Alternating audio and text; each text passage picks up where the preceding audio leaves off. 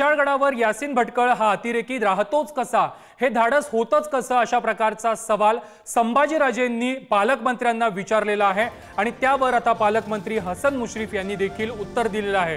भटकळ तिथे राहतो हे माहिती नव्हतं, आता चौकशी करू असं देखील मुश्रीफ म्हणाले।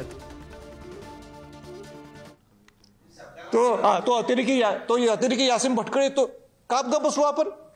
का कोल्हापूरच्या पत्रकारांनी त्यांना विचारलं नाही? का पालकमंत्र्यांना विचारलं नाही? पुरोगामी तुम्हाला शिकवतात, का विचारलं नाही तुम्ही? तेच चालते का तुम्हाला? तो 7 दिवस राहतो एवढा मोठा अतिरेकी आपल्या कोल्हापूर जिल्ह्यात।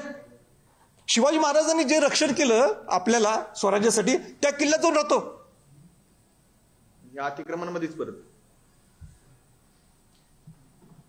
हेच चालते का? हा प्रश्न विचारत त्यांना। आता यासीन भटकळ प्रकरण हे कालच आम्हाला कळालं, त्याचीही अधिक चौकशी केली जाईल। तो कुठं राहिला होता, का राहिला होता, कोणाच्यात राहिला होता, पण ही माहिती असती तर पोलीस का गप बसते ही माहिती घेऊ आपण।